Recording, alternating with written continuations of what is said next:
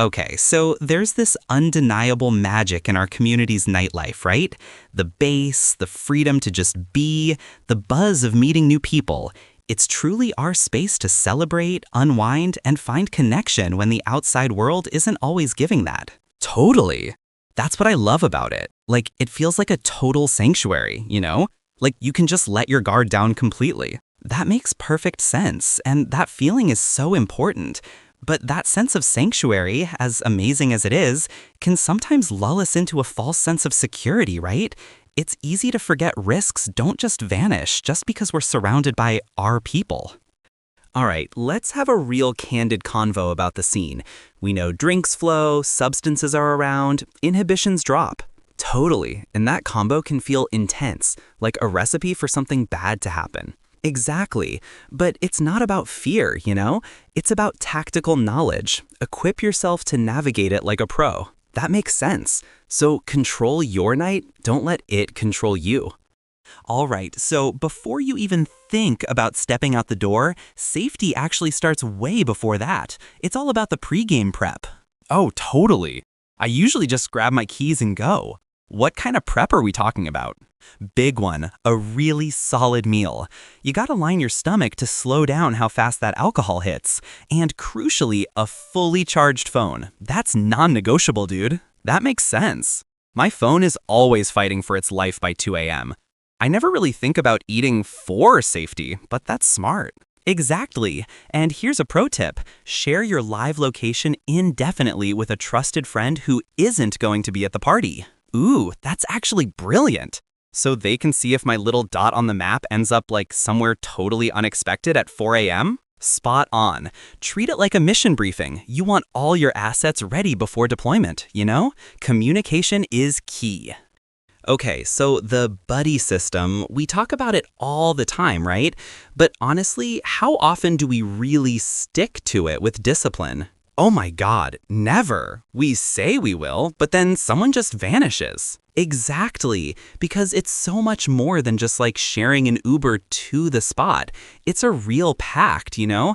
We arrive together and we leave together. That's the core. That makes sense. I feel like we always intend to. Totally. And that means setting a rule. Nobody separates without a verbal check-in, face-to-face, a visual lock. So if I meet a cute guy and I'm ready to bounce, I can't just send you a quick leaving bye text. Nope, you gotta show me the guy. I need to vet the situation, you know, personally, because that vague text, honestly, it could be anyone. All right, so before the music gets too loud, you and your crew need to establish a nonverbal signal or a simple text code word. We're talking like pizza or a quick ear tug. Oh, I totally get that. So that's like for when you're just not feeling it or something's off? Exactly. It means I am uncomfortable and I want to leave immediately. No questions asked. That's the crucial part.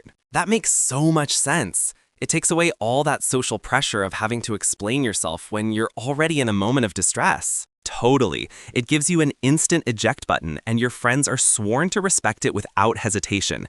Communication is key, even when you can't talk. All right, so bar safety, especially when it's packed.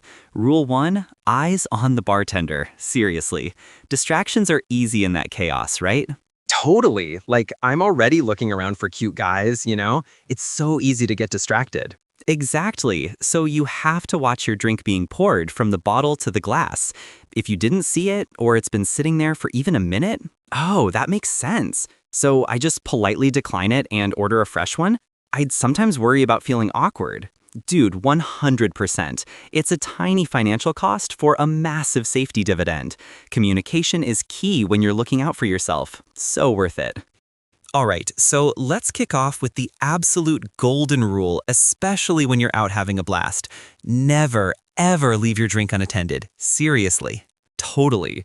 But like, even if it's just for a hot second, to hit the dance floor or quickly use the bathroom or snap a pic, it feels so inconvenient sometimes, you know? I know, right? It totally does.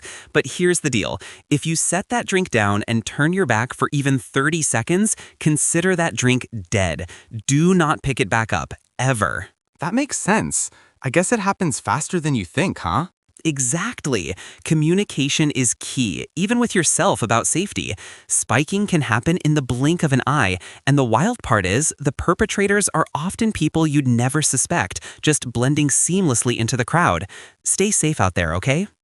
Okay, so a super practical safety tip for when we're out and about, especially in those packed queer spaces.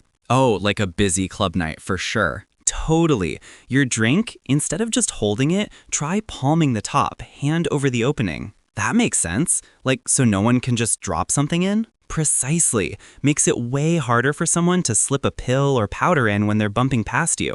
And honestly, it's a subtle habit that signals you're vigilant, not an easy target. Okay, so let's chat about getting drinks when you're out. It's totally flattering when a handsome stranger offers to buy you one, right? Totally. It's like, oh, I was noticed. Big ego boost. Totally. But that's actually a super high risk situation if you're not careful.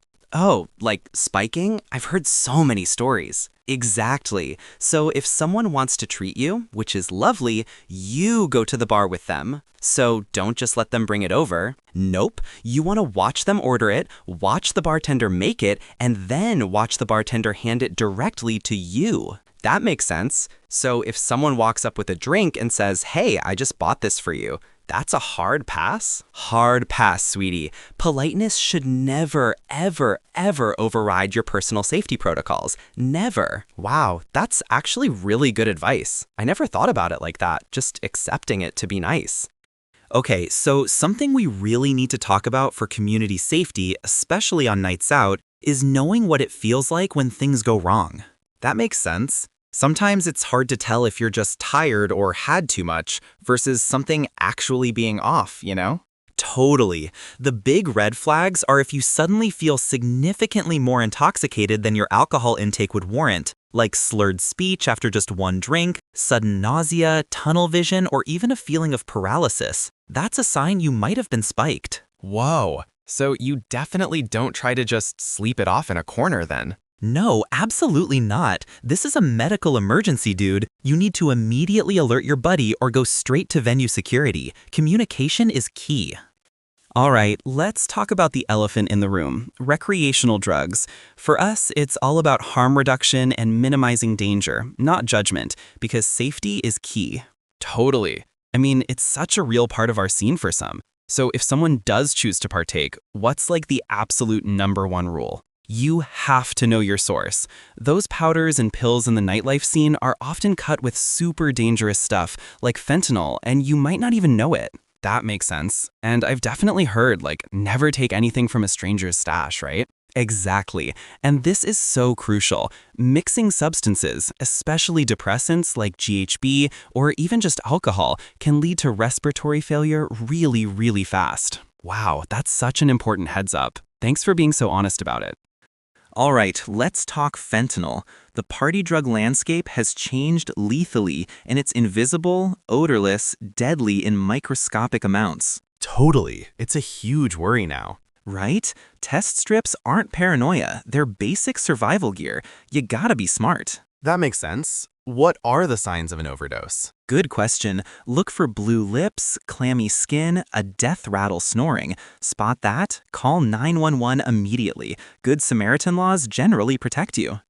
Okay, so when we talk safety, especially house parties versus clubs, huge difference. Clubs have bouncers, cameras. At someone's house, you're on their turf. No backup like that. Totally. It feels so much more chill, but I guess that's where you gotta be more aware? Exactly. Communication with yourself even. Be extra vigilant about open containers like punch bowls or pre-mixed drinks. You just have zero clue what's actually in there or the ratios. Oh, that makes total sense. I didn't even think about that. So like stick to sealed drinks? Precisely. Grab a sealed beer or mix your own drink from a bottle you literally see opened. You've got to stay safe out there.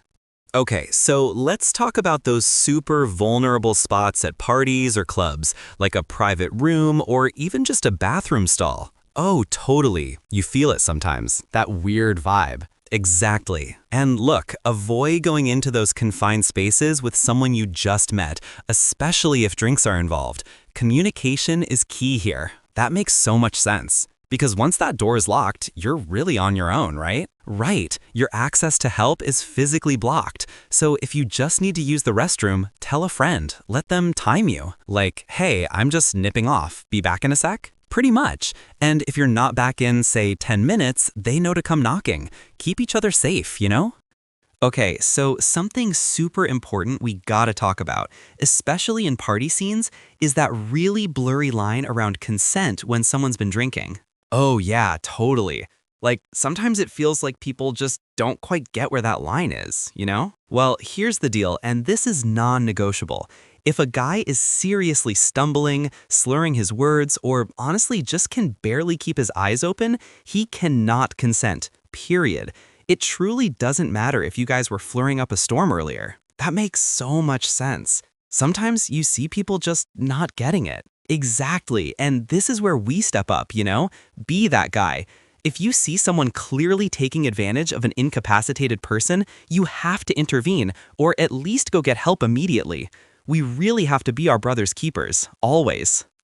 That pressure to keep up can be intense, right?